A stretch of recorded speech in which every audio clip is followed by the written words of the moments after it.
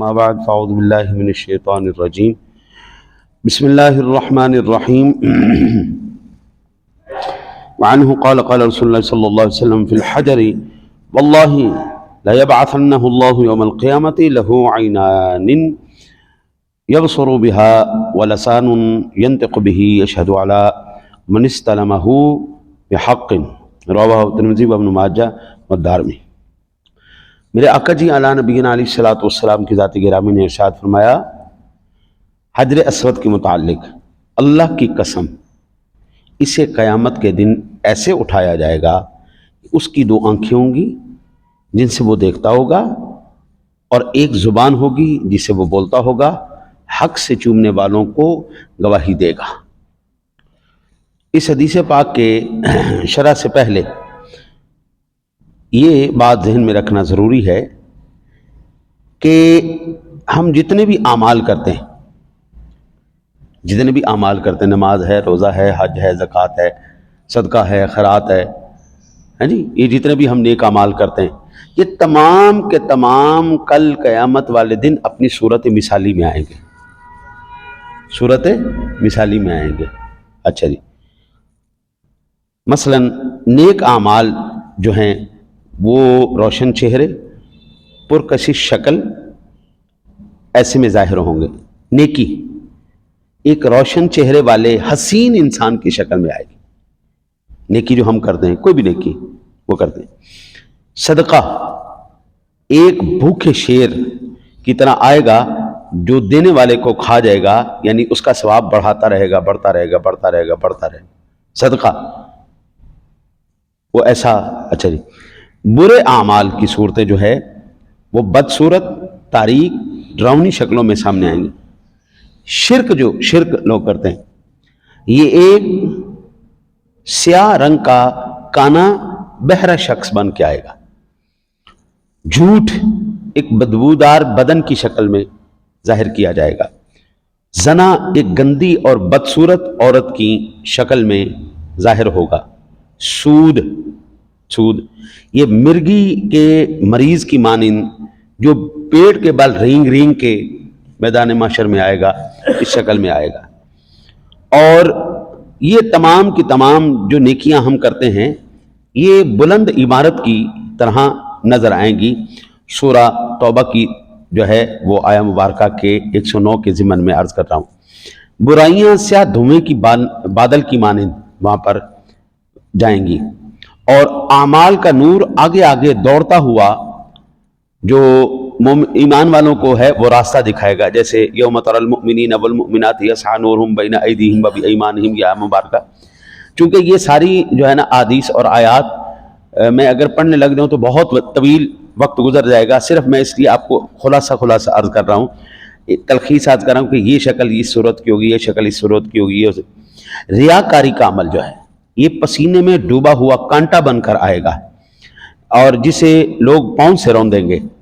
اخلاص والے عمل خالص سونے کی مانند ہوں گے، جو ہوا اور آگ کے تیز جھونکوں سے بھی جو ہے بے اثر رہیں گے، وہ اس وقت وہ کچھ نہیں، ساری بات ہے اخلاص والے عمل ہے نا جی۔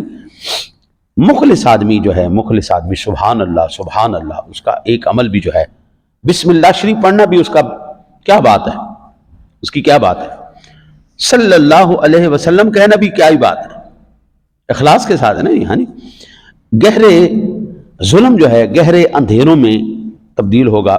ومن لم يحكم بما انزل الله فاولئك هم الظالمون، میرا مالک، یتیم کا مال کھانا آگ کے ٹکڑے بن کر پیٹ میں جائے گا، آگ کے ٹکڑے بن کر، ہاں جی، وہ ہے نا جی، یہ جو اس طرح مال کھاتے ہیں، ناک مال کھاتے ہیں، وہ گویا کہ آگ کھا رہے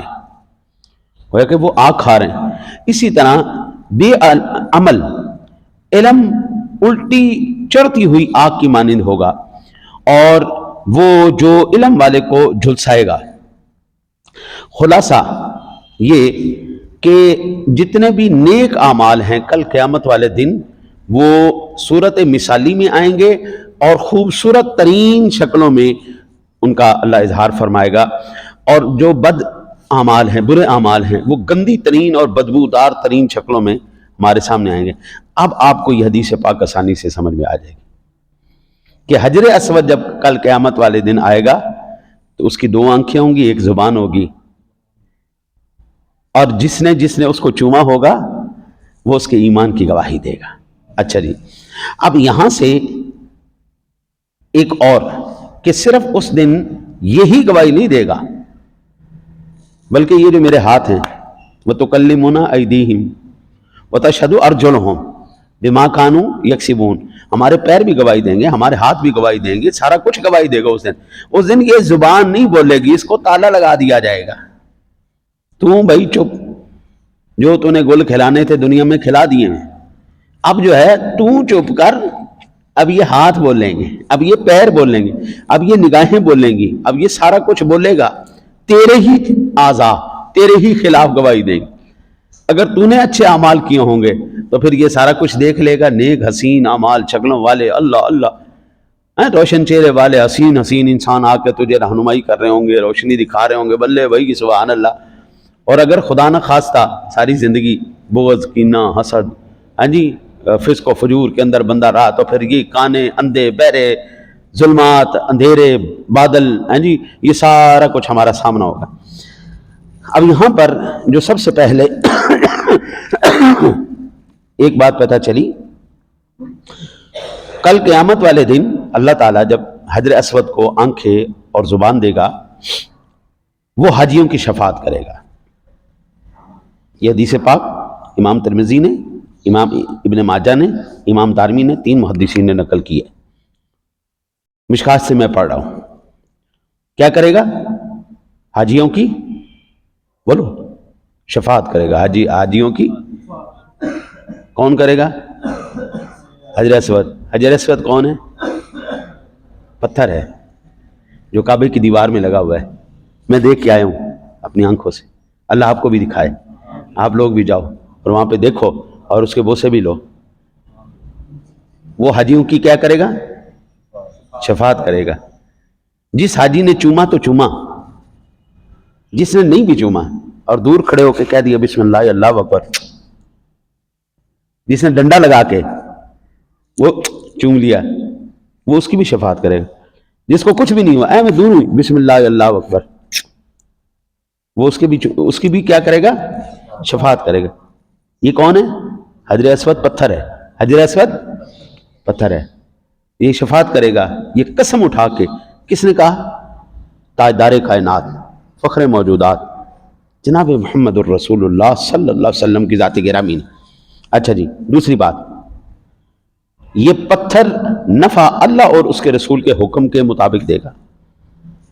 ٹھیک ہے، پتھر ہے، ذہن میں رکھنا، یہ پتھر ہے، نفع دے رہا ہے، شفاعت کر رہا ہے۔ اچھا جی، تیسرا، جو اس کو چومے گا، چاہے وہ قریب ہو کے چوم لے، چاہے کسی چیز کے ذریعہ اس کو مس کر کے چوم لے، تو چاہے دور سے اشارہ کر کے چوم لے، یہ ان کے لیے مفید ہے اور شفاعت کرنے والا ہے۔